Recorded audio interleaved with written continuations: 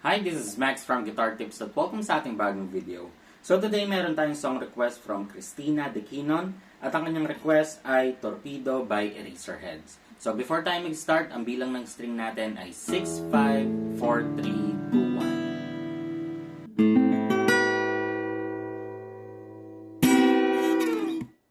2, 1. So umpisan na natin sa ating verse. Yung unang chords natin ay C. So yung C natin, ito ay sa 5th, 4th string to, and then 2nd string to. Next chords natin ay D. So yung D natin, ito ay sa 3rd, 2nd to, and then 1st string to. Next chords natin ay D minor. So ito ay sa 3rd, 2nd to, and then 1st string to. At ang last chords natin ay babalik lang siya ng C. Tapos itong mga chords na to, uulitin natin siya ng 2 beses. So sa strumming pattern naman tayo. Ang gagawin natin dito sa unang verse ay plucking. So ang C natin ay 5th, 2nd, 3rd, 1st, 2nd, 3rd, 1st, 2nd, 3rd, 1st, at ang last part natin ay 2nd, 3rd, 2nd. Laging ganan yung ating plucking pattern. Tapos sa D natin ay 4th, 2nd, 3rd, 1st, 2nd, 3rd, 1st, 2nd, 3rd, 1st, at ang last part ulit ay 2nd, 3rd, 2nd. Ganon din sa ating D minor.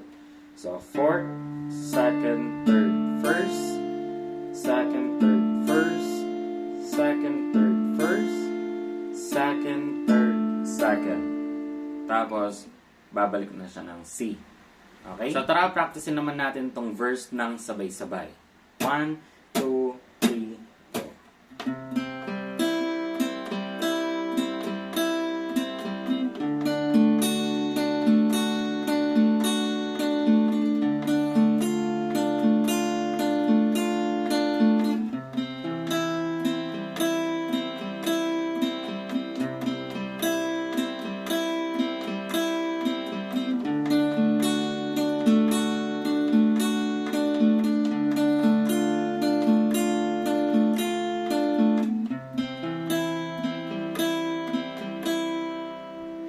Oo nga pala guys, kung kaya nyong idagdag itong pinky nyo dito sa ating C chords, mas magtutunog siyang kagaya ng ating original version.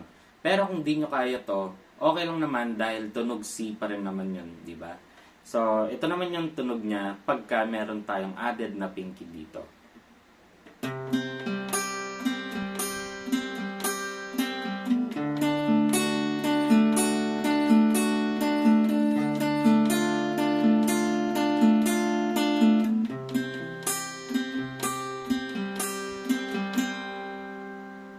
So, pagkatapos ng ating verse, dito na tayo sa chorus. Pero before siya mag-chorus, meron tayong konting riff na mangyayari. Ganito siya, guys. Okay? So, paano ba yon? Ang una ay dito sa ating 2nd fret. Okay? So, 1, 2 ng ating 4th string. Ipipick natin to ng 3 beses. Tapos, pick nyo ulit ng open 4th string ulit. Tapos, 3rd fret ng ating 5th string. Tapos, 4th string ulit. Okay? So, ganito siya ng mabagal.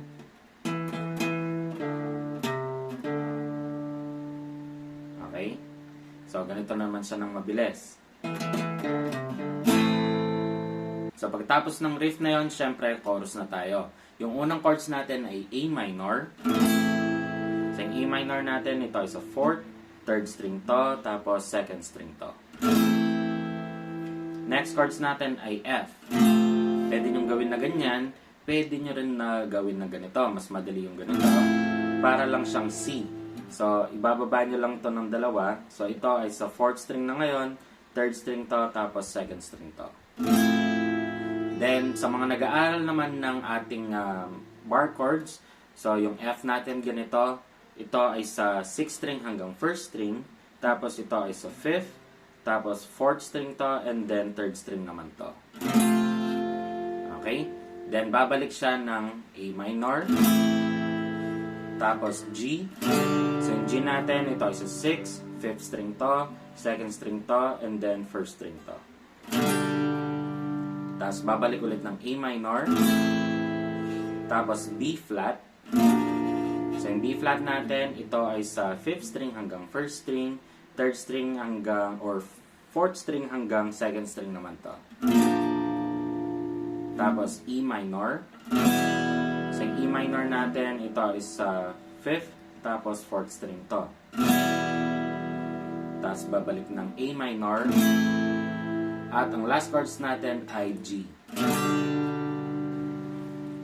So yung strumming pattern naman natin para sa chorus ay down, down, down, up, down, up, up, down, down, up, down, up. Tapos lilipat na siya ng chords. Pero pag napupunta na kayo dito sa last A minor, okay? Ito na yung pinaka-last na A minor para sa chorus. Ang i-strumming nyo na lang ay down, down, down, up, down, up. Tapos yung last chords na G, yan ibabagsak nyo ng 2 beses. Ganon siya. Okay? So, para mas madali nating matutunan, sabay-sabay nating practicein yung ating chorus. 1, 2, 3, go.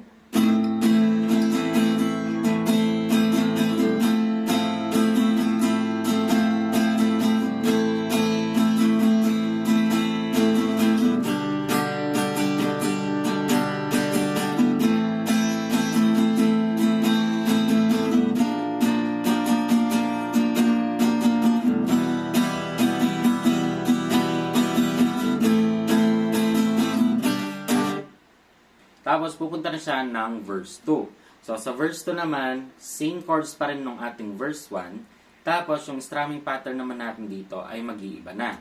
So yung strumming pattern natin ay down, tapos 8 na up. So ganito siya.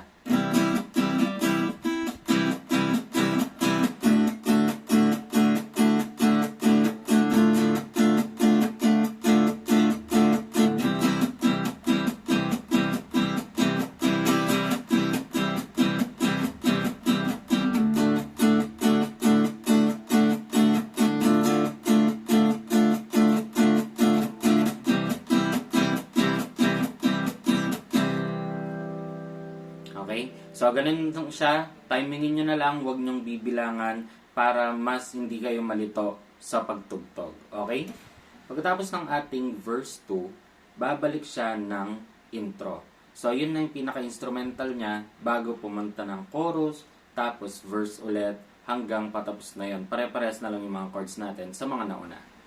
So, diba, sobrang dali lang ng kantang to. At kung gusto mo yung mga ganitong kadadaling guitar tutorial, mag-subscribe ka na at i-hit mo na yung notification bell para hindi ka mahuli sa ating mga videos. At kung meron kang gustong kanta na tugtugin sa gitara, i-comment mo lang dyan sa baba at gagawin agad natin yan ng video. So, hanggang dito na lang tong video to. Maraming salamat sa panonood at muli ako si Max from Guitar Tips and peace out.